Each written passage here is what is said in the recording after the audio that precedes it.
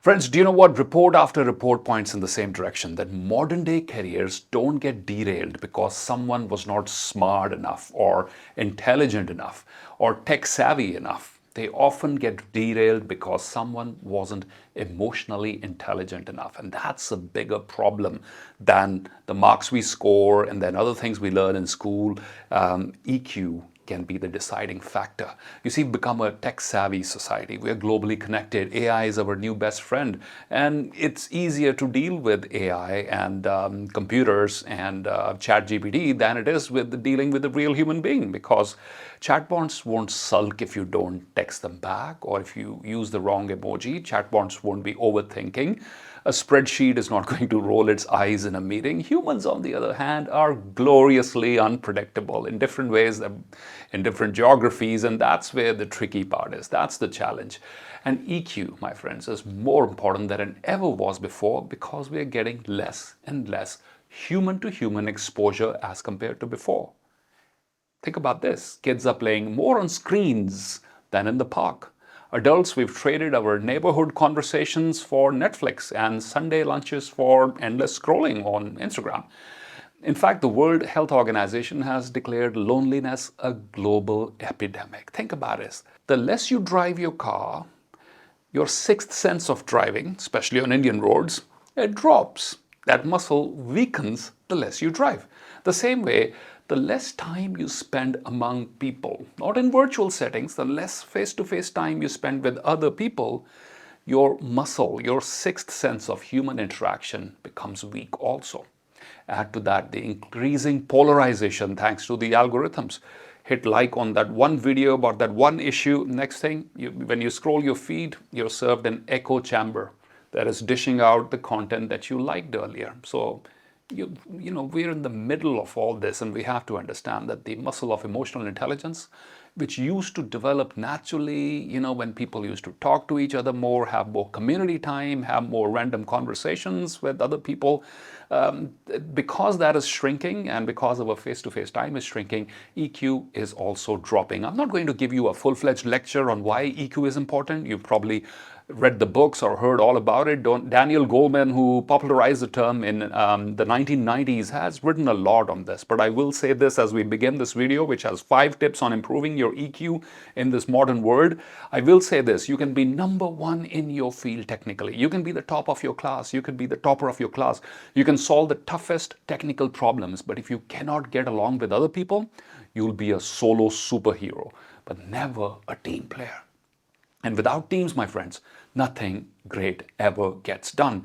Every big achievement that you admire in sports or cricket or business or science, it is all powered by teams of human beings working together. And whenever there's human beings working together, you will need emotional intelligence, which is simply defined as your ability to understand and manage your own emotions, while also recognizing and positively influencing the emotions of other people. And human beings, we are not logical creatures, we are emotional creatures. Think about some of the biggest decisions you've taken in your life. It was not probably logic dictating which way you would go, it was more likely emotions. So think of EQ as the skill of dealing with humans, because unlike computers and AI, human beings don't come with manuals. So in this video, I'm going to share with you 5 simple, practical, relatable tips that will boost your emotional intelligence today.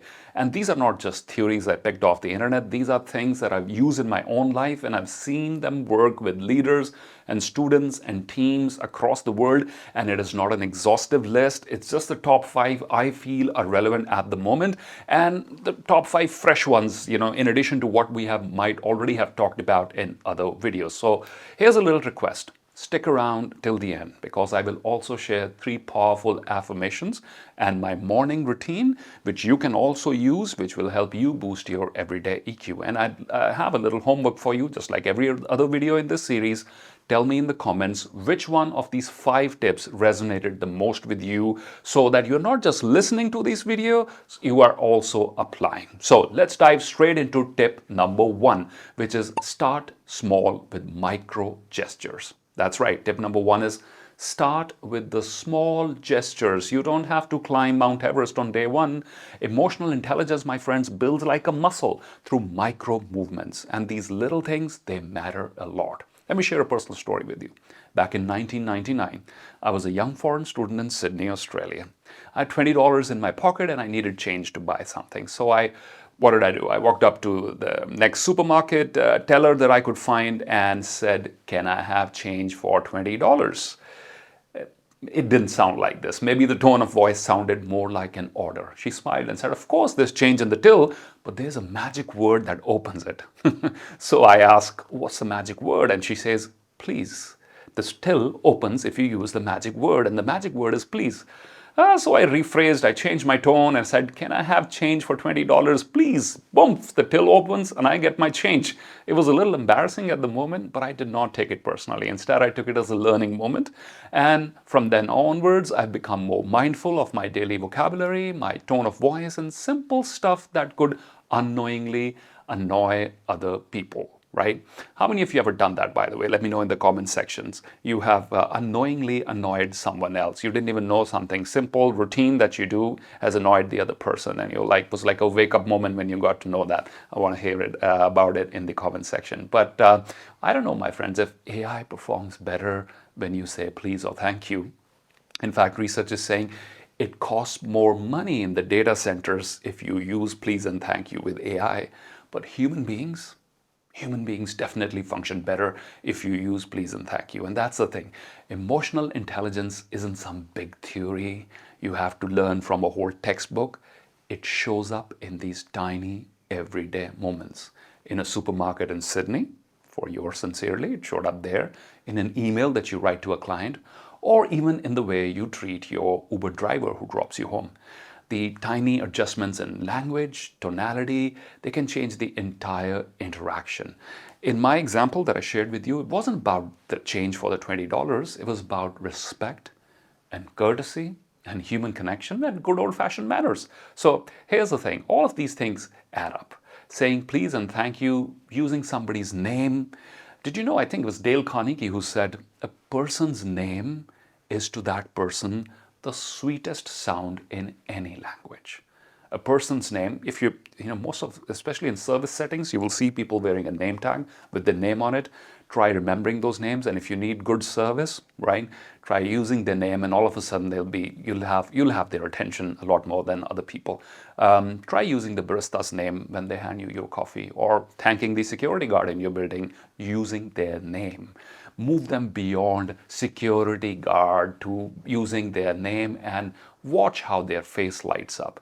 People feel seen, they feel heard, and they're far more likely to go the extra mile for you. There's even a famous story about a psychology professor who gave students an unusual exam question. He asked the students, the psychology professor, "What is the name of the janitor who cleans this classroom?" And most of the class failed. The lesson is clear.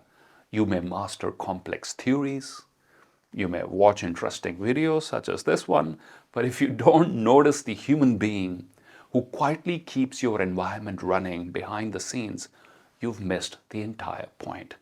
That, my friends, is emotional intelligence in action.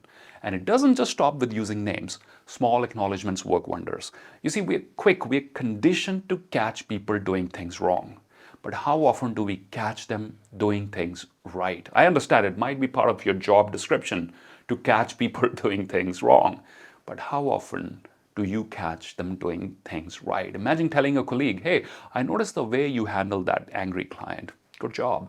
Or telling your child, "I love how patient you were with your younger sibling today." These little deposits of acknowledgement, appreciation, strengthen the trust more than a dozen performance reviews or anything else that you might do. And then there's body language, and then there's tone of voice, even your breathing. A rushed tone can sound dismissive. A calm and centered tone can feel respectful. Eye contact signals presence of mind and genuine care in the conversation, and a genuine smile, when appropriate, can change the entire temperature of the room. Or even humor. Developing a good sense of humor is such an invaluable tool in this day and age. I think that's the thing that distinguishes you between a mannequin. Even chatbots have a sense of humor these days. I think they're developing one in the University of Melbourne, somewhere in Sydney, Australia. In Australia, one of those universities, they're developing something called a lol bot. They're trying to see if AI can do stand-up comedy. But who knows? Developing your sense of humor, you can diffuse so many situations. Here's the thing, my friends. Good manners never expire. Standing up to meet someone, if you're being introduced, for example, is something that will never go out of fashion. Kindness and good manners never go out of style. And in a world where most people are glued to their screens and oblivious to these small gestures or what is happening in their periphery, these small human courtesies will help you stand out even more. And you don't have to try to overhaul your emotional intelligence overnight. Start with one extra please or a genuine thank you or remembering someone's name. Tip number 2 for developing your emotional intelligence in a changing world is taking more mindfulness breaks. When I say mindfulness, I don't mean you have to become a monk or practice sign up for a meditation retreat or sit on top of a mountain or do something like that. I'm just talking about taking out 5 minutes 3 times a day. Just take out 5 minutes 3 times a day. I learned it from my friend Harinder Singh Sabharwal, Sifu Harinder Singh Sabharwal. We had a podcast conversation together and it stayed with me ever since. Take 3 breaks in a day, 5 minutes each. One in the morning, one after lunch, one before you wrap up the day. 3 breaks, 5 minutes each, right? And this matters because most of us are rushing through life like we are on a constant conveyor belt. One email after another, multitasking, one meeting after another. And when you're in that state of mind, you miss the small, subtle cues. You miss the little emotional signals around you. You could be overwhelmed yourself. And if you're in that highly charged energy, getting carried away by what's happening in the day, if you're just reacting and not responding, you're setting yourself up for trouble. So you cannot capture the micro movements if your head is spinning at 200 miles an hour. And this is what I do. I sit down, 5 minutes, I put a countdown timer on my phone, I hydrate, I breathe, and maybe in the morning I run through a quick gratitude list in my head. Just a reminder of the wonderful people, the skills, the opportunities, the resources, the software, things that I'm blessed with, and it just sets a tone for the day. After lunch, I take another 5 minutes to acknowledge what's gone well in the day, where do I need to refocus, where I might be giving some excess importance that I need to reduce. Sometimes I even realize, hey, we might not hit the targets we set for the day, and that's okay. Maybe we can delete a few items, maybe we can delegate something, or maybe I can just be a little bit more decisive. The second pause after lunch, and maybe a little caffeine, not too much, just a little caffeine helps clears the mental fog. And then before I wrap up for the day, before I go home, I don't want to carry the workday with me to folks waiting at home. It is not their duty to resolve the problems of my workday. So I just take 5 minutes, wrap up the day mentally with awareness, with gratitude, with a vision for tomorrow, and just close it and leave it there. These 5 minutes of stillness, 3 times a day, can save you from 5 hours of stress. And science backs this up. Research from the University of Wisconsin found that people who practiced short daily mindfulness sessions showed lower cortisol stress levels and had better focus in just 8 weeks. In just 8 weeks, people who practice short daily mindfulness breaks can lower their stress levels at work, become more mindful, have better EQ and better focus in just 8 weeks. You're strengthening the muscle of learning what to let go of, what is not important, and just being more in the moment. And Harvard studies on mindfulness show that if you take these breaks, they improve your ability to regulate your emotions. And that's the key to emotional intelligence, not from a theory. Take a little break. It'll help you regulate your emotions. Is it too much excitement? Is it too much overwhelm? Maybe anger, maybe irritation. I don't know. If you just want to balance it out, taking a break would help. So bottom line is, my friends, these breaks don't waste time. They save time because they make you calmer, sharper, centered, and instead of getting carried away by the currents of the day, instead of just reacting, you're anchored, you're in the now, And in the now is where you catch the signals of yourself, of other people. You spot the patterns. Hey, here I go again, that same pattern, and it's not going to be nice. And you can stop yourself if you're taking these breaks. You begin to respond more instead of reacting more. And that is the foundation of high emotional intelligence.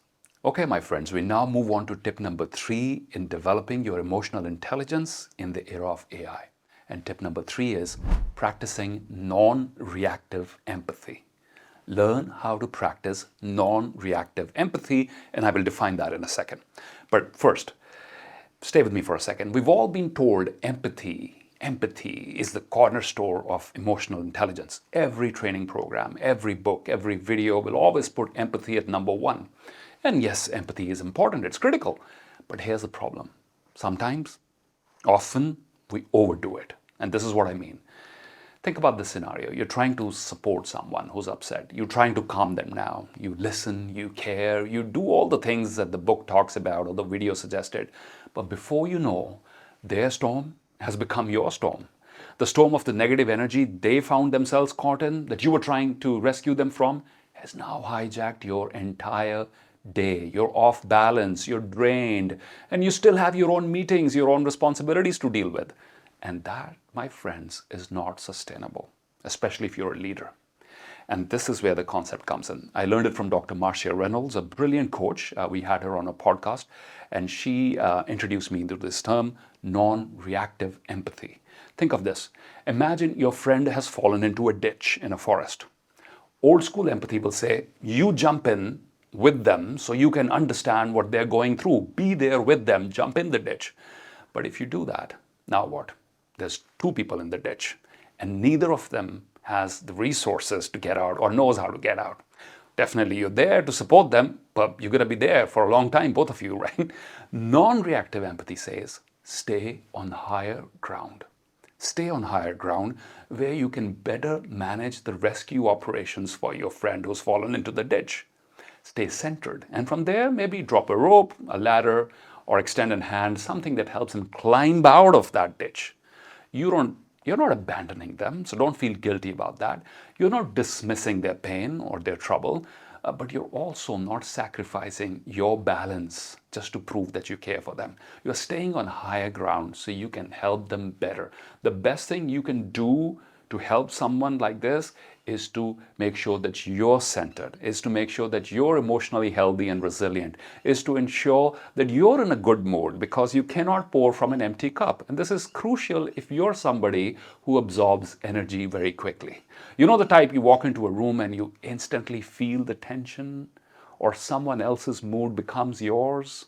If you're that person, if you have to learn the skill of practicing non-reactive empathy, because otherwise the old school empathy will turn it into emotional exhaustion.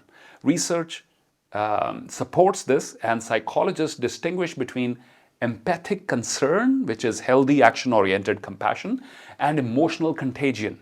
Now, emotional contagion is where you literally catch someone else's stress or their sadness. Just like you catch a cold, you're catching their mood, and that's emotional contagion.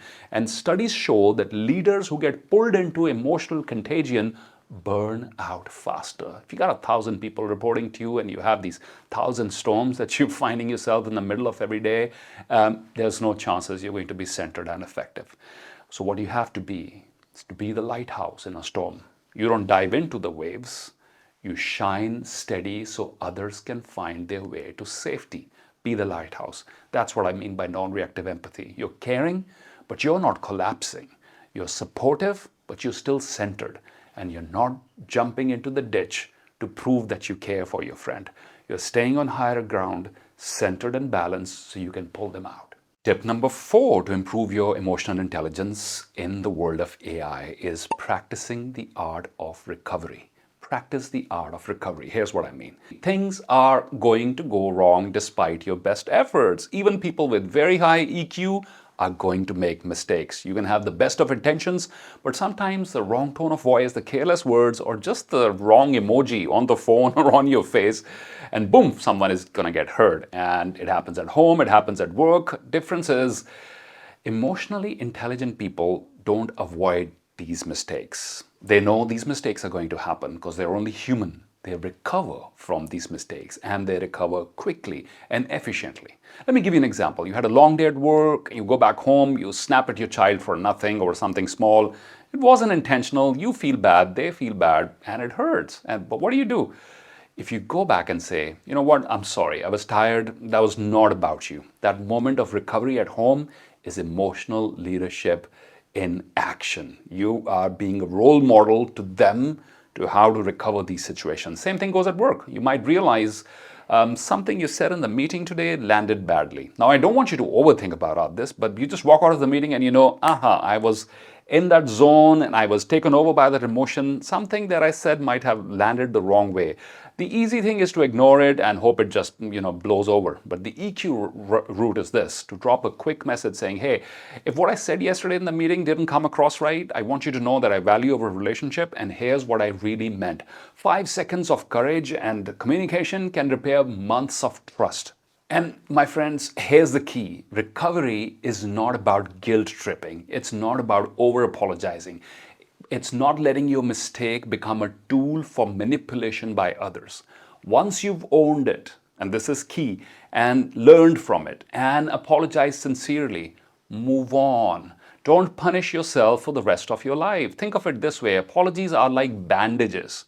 They are meant to heal the wound, not to keep reopening it every time someone feels like. And if they're doing it, you've set it up for manipulation. A good apology should close the things and everybody should be ready to move on. And that's what I mean by the art of recovery, if the relationship is important to you, right? Research from Ohio State University says that people who acknowledge mistakes and make amends are rated as more trustworthy and competent by their peers. In other words, owning up and patching up by putting your ego aside, it doesn't make you appear weak. It actually strengthens your credibility. So the art of recovery looks something like this: own up, admit the mistake, do it sincerely, patch up, say what you really meant, express regret from what's happened, move on. Don't let guilt become your permanent baggage in that relationship, and grow on. Learn from it, show people through your actions that you've evolved. And here's the uncomfortable truth: you will not always be understood. Some people will keep holding your old mistakes against you, and that's okay. That's their baggage to carry, not yours. You don't owe endless explanations or endless apologies. Sometimes your growth is yours alone and not for everybody to recognize. And in the long run, if things go out well, maybe they will recognize it, but that's not the point. It's about your new choices. It's about your new actions and behavior. It's about a brand new you. Thank you for staying with us in this video, and we now move to the last and final tip, and I've saved the best for last. It is practicing self-awareness. That's right, practicing self-awareness will help you boost your EQ like nothing else, and this is the critical factor that ties all the other suggestions together, right? So let's clear a myth right away. Self-awareness is not about putting yourself under a microscope or beating yourself up for every mistake, or replaying all those moments again in your head, or being an overthinker. That's not what self-awareness is about. That's self-criticism. I want you to practice self-understanding, right? Self-discovery. That's what I'm saying. To ask yourself questions like, what am I feeling right now? What triggered it? And how can I handle it better next time? Think of it like driving. If you don't know where your blind spots are, you'll probably crash into them. If you don't know where your emotional blind spots are, you'll probably keep repeating the same patterns. Self-awareness is about knowing those patterns and disrupting them and having better coping mechanisms. It's about knowing your emotional blind spots. Question is, how do you practice it? Let me share a few rituals that work for me. Number one, and most powerful, is journaling. Journaling, that's right, the good old-fashioned habit of sitting down with pen and paper, ideally removed from your everyday location, go into a cafe somewhere else, and just write about how your day went, how your week went, how your month went, and what are the good things, and practice simple start, stop, continue model that I've talked about in so many videos. What should I start doing? What should I stop doing? Where am I self-sabotaging? What behaviors are costing me a lot of emotional pain and so many other disturbances? What should I continue doing? This is not just a strategy tool. It's actually a mirror for your behavior. It'll help you become better. And reflection is, I think, I enjoy it the most, this journal writing on long flights. When I don't have Wi-Fi, I think, planes should not have Wi-Fi available, because then again, you're back on the social media again. It's a great opportunity to sip a coffee, sitting above the clouds and writing down about life and, future decisions. Planes, I believe, are underrated therapy rooms. That stillness often gives me a lot of clarity. So if not a flight, maybe your nearest cafe, maybe a walk in the nature can clear your head, and write down, keep a journal, go back, reflect. Thing is, we go through so many struggles, but we forget them as if nothing happened. We lose the lesson, right? Don't lose the lesson. Go back and heal and release and forgive. But by all means, have an account of what went well, what didn't go well, and what mistake you should not repeat in the future. You fall into the ditch once, it's called an accident. You fall into the same ditch twice, it now becomes a habit. Tip number 2 is morning decisions. Morning decisions. Every morning, I remind myself of how I want the day to be. I typically read the Optimist Creed to myself out loud every morning, and I'm not going to read the entire Optimist Creed here, but one of the lines that goes like this: promise yourself to be so strong that nothing can disturb your peace of mind. I promise myself to be so strong that nothing can disturb my peace of mind. And when you're repeating those lines in your head, I want you to visualize yourself happy, healthy, just the way you would like it to be. This daily ritual anchors me before the chaos of the day even begins. And add to that, you could have a mindful walk, meditation in the morning, or just take a quiet moment without headphones, no podcasts, and just sit with yourself, a cup of coffee. These micro breaks, pausing to notice the aroma of the coffee, the warmth, the taste, the beauty of the perfume that you're wearing. These micro pauses will make you more mindful and make you more alive to life and of emotions that are maybe running in your head and in other people around you. You just need to slow down a bit to see what's happening, and this morning ritual helps me do that. So here's what's interesting. Even a good movie or a powerful novel can make you emotionally more intelligent, because often you can see yourselves in those characters. Stories hold up mirrors that sometimes we avoid in daily lives. So read more, right? Watch more, and observe. Where am I? Where can I see myself in this? Self-awareness also extends to course correcting in how you deal with people. It doesn't have to be something that you do afterwards with pen and paper on a flight. It could also be correcting yourself while you're going through the day. Take these micro moments and they'll change your emotional intelligence.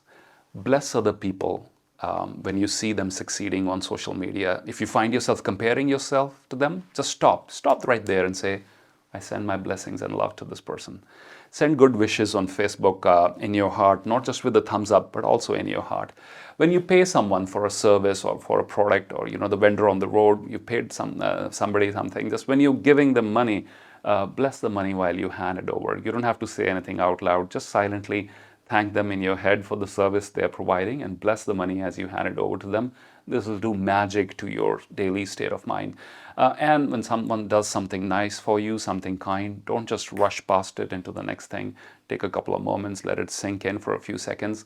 You're going to start a chain reaction of positive thoughts in your mind, right? So just like social media algorithms, there's algorithms here too.